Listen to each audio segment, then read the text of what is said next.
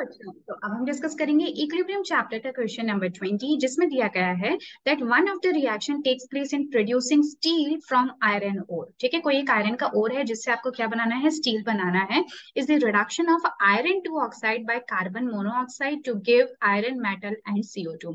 तो बेसिकली ये क्या है, ये आपका एक आयरन का ओर है जिसको कि आप रिड्यूस कर रहे हो किसकी हेल्प से, एक रिड्यूसिंग हेल्प एजेंट की हेल्प से, जो कि कौन है, कार्बन मोनोऑक्साइड। और रिडक्शन होने के बाद में आपको मिल जाता है आयरन, जिसको कि आप बाद में यूज करते हो वो स्टील बनाने के लिए। एंड यहाँ पे CO2 गैस प्रोड्यूस हो रही है।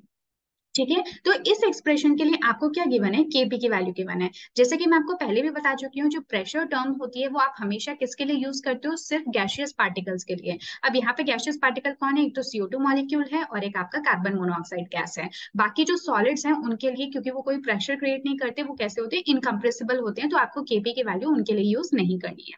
टेम्परेचर आप लोगों को कितना दे रखा है, 1050 केल्विन। तो आपसे पूछा है कि what are the equilibrium partial pressures of CO and CO2। ठीक है, अब आप यहाँ पे क्या इक्विलिब्रियम पे आप जानते हो कि कुछ कार्बन मोनोऑक्साइड भी होगा और कुछ कार्बन डाइऑक्साइड भी होगा। तो क्योंकि दोनों ही प्रेजेंट है तो इसलिए हम क्या वर्ड यूज कर रहे हैं, पार्शियल प्रेशर, राइट।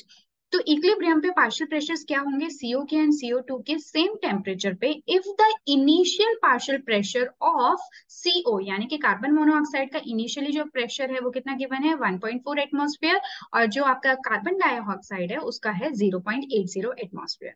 ठीक है, तो ये थोड़ा सा समझने वाला क्वेश्चन है, तो इसलिए मैं आपसे कहूंगी कि थोड़ा सा अटेंटिव होके आप बैठो।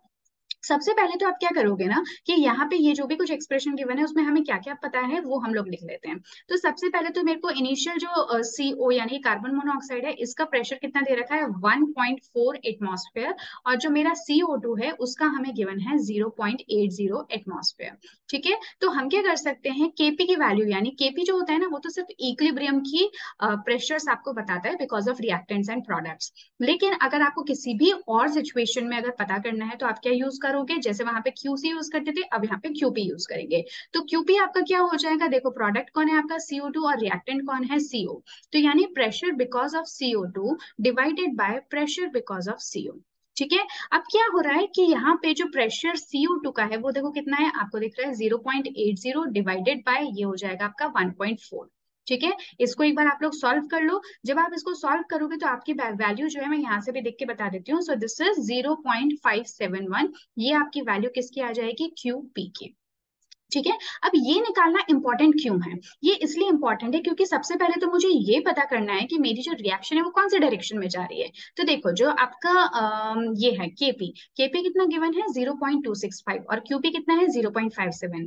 तो मेरे को एक बात बताओ कि QP और KP में बड़ा कौन है, ये है आपका QP, ये है KP। तो QP है 0.571 और ये है 0.265। तो ऑब्वियसली हम क्या देख रहे हैं कि जो आपका QP है वो बड़ा है। और मैं आपको पहले भी बता चुकी हूँ कि कभी भी अगर QP की वैल्यू ज्यादा होती है तो स्केल आप इस तरह से बनाओ, इसका मतलब क्या हो गया, QP is equal to KP।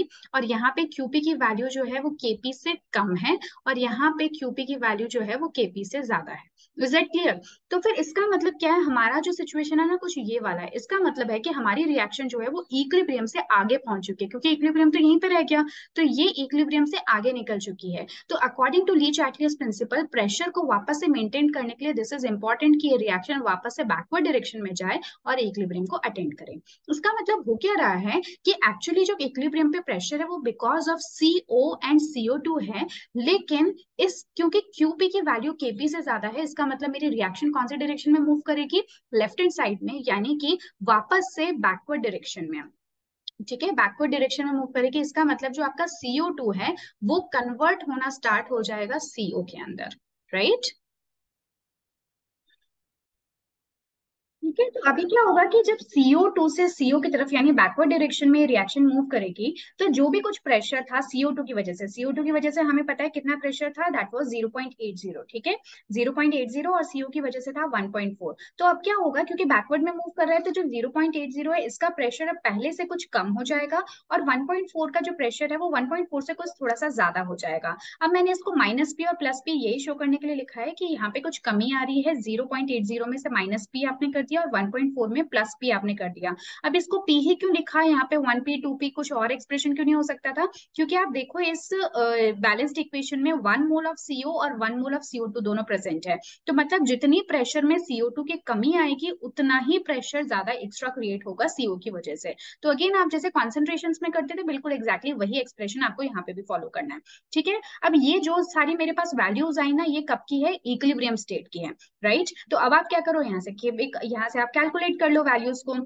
तो अब आई थिंक अब आपको समझ में आ गया होगा कि किस तरह से इस क्वेश्चन को करना है। तो अब हम क्या करेंगे कि हम यहाँ पे केपी को फाइंड आउट कर लेंगे। तो मैं यहाँ पे लिख देती हूँ केपी। केपी क्या हो जाएगा? केपी क्या है हमारा? CO2, यानी कि जो प्रेशर बिकॉज ऑफ CO2, और यहाँ पे पावर तो 1 ही है, and pressure because of CO। ठीक है, अब आप क्या देख रहे हो कि क्योंकि रिएक्शन आपकी बैकवर्ड डायरेक्शन में जा रही है, तो जो PCO2 यानी प्रेशर बिकॉज ऑफ CO2 है वो कितना हो गया? 0.80 माइनस पी, और ये कितना हो गया? 1.4 प्लस पी। आई होप आपको ये स्टेप क्लियर आ गया, क्योंकि यही यहाँ का इस क्वेश्चन का यूएसपी था।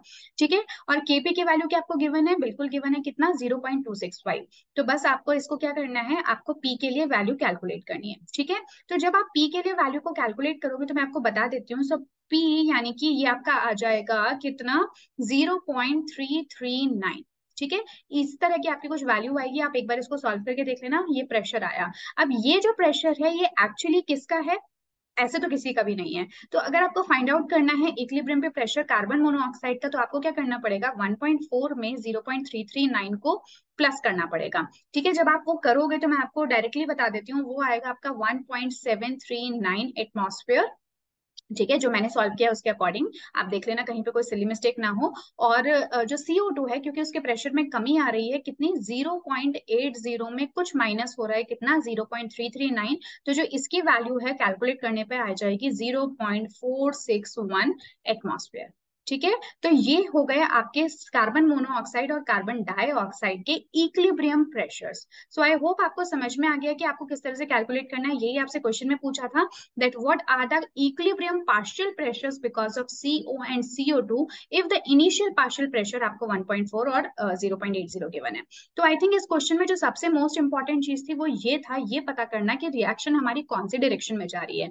और अगर आपको ये पता चल गया कि रिएक्शन बैकवर्ड डायरेक्शन में जा रही है, तो माइनस किसके साथ लगाना है और प्लस किसके साथ लगाना है। So I think this was the most important point जो कि आपको ध्यान रखना है इस क्वेश्चन के अंदर। एंड फाइनली आपके जो आंसर्स हैं वो कुछ आ जाएंगे इस तरह से। तो आप एक बार इसको रीचेक कर सकते हो बाय योरसेल्फ। आप एक बार खुद सॉल्व करके देखो, मैंने सॉल्व किया तो मेरी एग्जैक्टली यही वैल्यूज आ रही है। सो आई होप आपको ये क्वेश्चन जो है ये अच्छे से समझ में आ गया होगा। दिस वाज क्वेश्चन नंबर, ये कौन सा क्वेश्चन नंबर था? Question number 20। So next video में हम मिलेंगे क्वेश्चन नंबर 21 के साथ में। Till then take care and goodbye and keep practising.